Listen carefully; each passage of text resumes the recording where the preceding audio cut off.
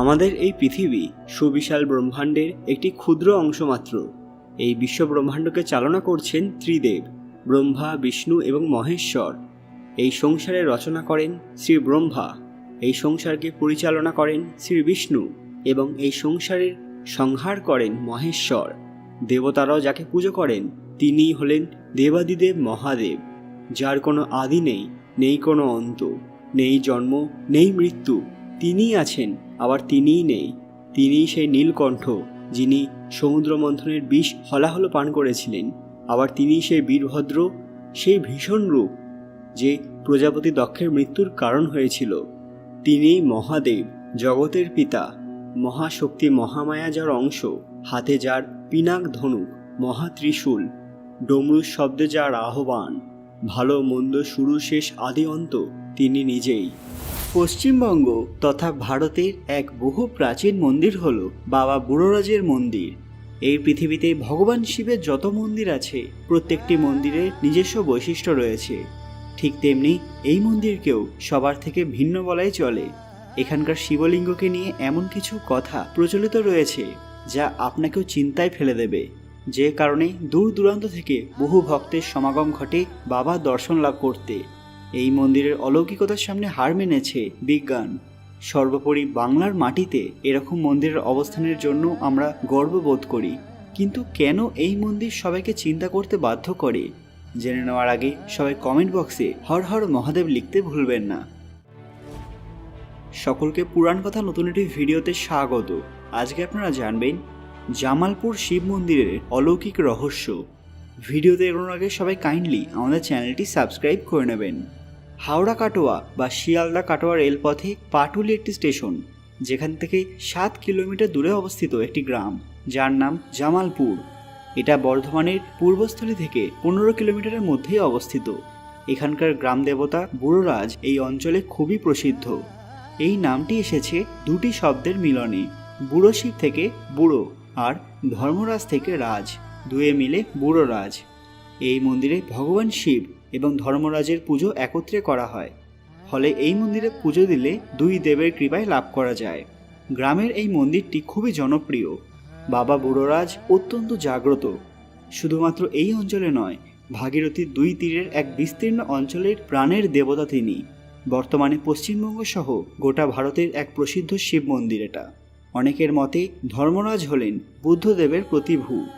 হরপ্রসাদ শাস্ত্রীর মতে বৌদ্ধদের ত্রিরত্ন মতবাদ থেকে ধর্ম পুজোর উৎপত্তি। আবার অনেকের মতে সূর্য পূজা থেকে ধর্ম পুজোর উৎপত্তি হয়েছে।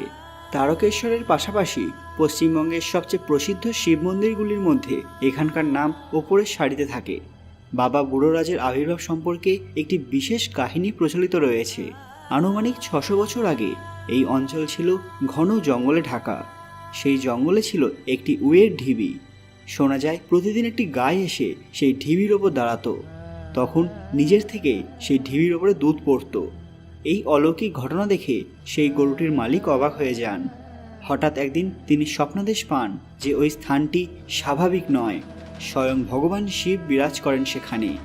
পরের দিন ওখানে খোঁড়াখুড়ি শুরু হয় এবং একসময় প্রাচীন শিবলিঙ্গ সহ গৌরীপট্ট এবং পাথরের এক অদ্ভুত বিগ্রহ পাওয়া যায়। কিন্তু হাজার চেষ্টা করেও তার শেষ প্রান্ত খুঁজে পাওয়া যায়নি, তাই আজও এটি সরানো সম্ভব হয়নি। ফলে বলাই যেতে পারে এটি এক স্বয়ম্ভু বিগ্রহ। স্বপ্নাদেশ অনুযায়ী প্রতিদিন 3 সের চাল এবং দুধ দিয়ে পুজো করা হয়। জামালপুরের এই অলৌকিক মন্দিরের শক্তিতে সেরে যায় টিবির মতো দুরারোগ্য ব্যাধি। সমস্ত ভক্তের মনস্কামনা পূর্ণ হয়, জীবনে দুঃখ থাকে না। আজও এই কারণেই ভক্তরা পুণ্য অর্জন করতে আসেন এই মন্দিরে। সর্বোপরি শিবরাত্রি, গাজন এবং বুদ্ধ পূর্ণিমার সময় এখানে বহু মানুষের ভিড় হয়, এমনকি মেলা পর্যন্ত বসে। একটি প্রাচীন প্রথা অনুযায়ী আজও অনেকেই নিজেদের ধারালো অস্ত্রগুলি সঙ্গে করে আনেন। আবার অনেক সময় সকলেরই হাতেই কোনো না কোনো ভয়ানক অস্ত্র দেখা যায়। কারোর হাতে রামদা তো কারোর হাতে খাড়া, কেউ তরবারি তো কেউ তীরধনুক। তবে এর মূল কারণ শান্তি কামনা। বৈশাখের তীব্র গরম উপেক্ষা করে হাজার হাজার মানুষ এভাবে জড়ো হন জামালপুরের শিব মন্দিরে।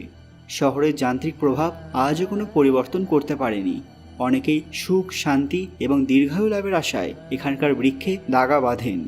এখানকার পুজো অন্যান্য শিব মন্দিরের থেকে আলাদা কিভাবে? স্থানীয়দের কথা অনুযায়ী বৈশাখী পূর্ণিমায় ধর্মরাজের পুজো হয় এবং চৈত্র সংক্রান্তিতে শিবের গাজন হয়। তাহলে বুড়োরাজ শিব নাকি ধর্মরাজ? আসলে তিনি দুজনেই।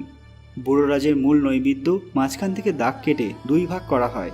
এক ভাগ ভগবান শিবকে এবং অন্য ভাগ ধর্মরাজকে নিবেদন করা হয়। বহুকাল আগে পাটুলির জমিদার চারুচন্দ্র সাহা রোগ মুক্তির পর এই নাট মন্দিরটি নির্মাণ করে দিয়েছিলেন। তার আগে মন্দিরের রূপ ছিল ভিন্ন, যদিও পরে বেশ কয়েকবার সংস্কার করা হয়েছে।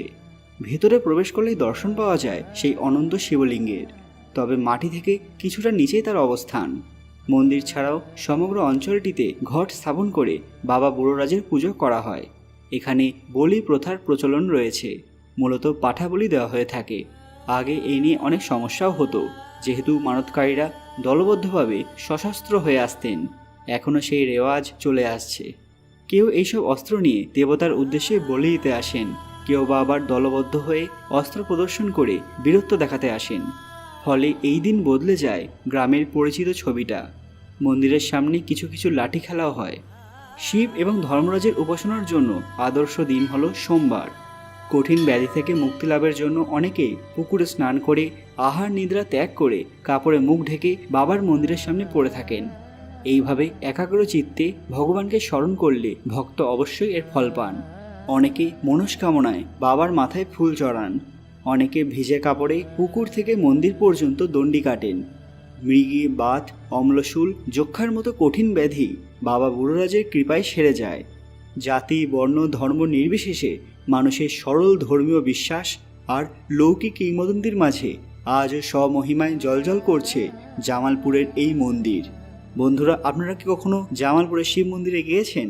সেখানে গিয়ে বাবা বুড়োরাজের দর্শন লাভ করেছেন? সেটা অবশ্যই কমেন্টে জানান।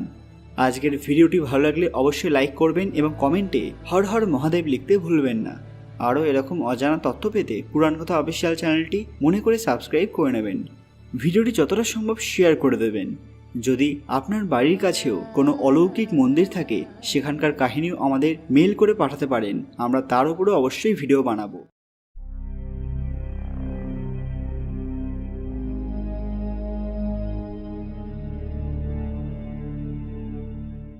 খুব তাড়াতাড়ি ফিরে আসবো আরও একটি রহস্যময় মন্দিরের ভিডিও নিয়ে। ততক্ষণ আপনারা এই ভিডিওগুলো দেখতে পারেন। ধন্যবাদ।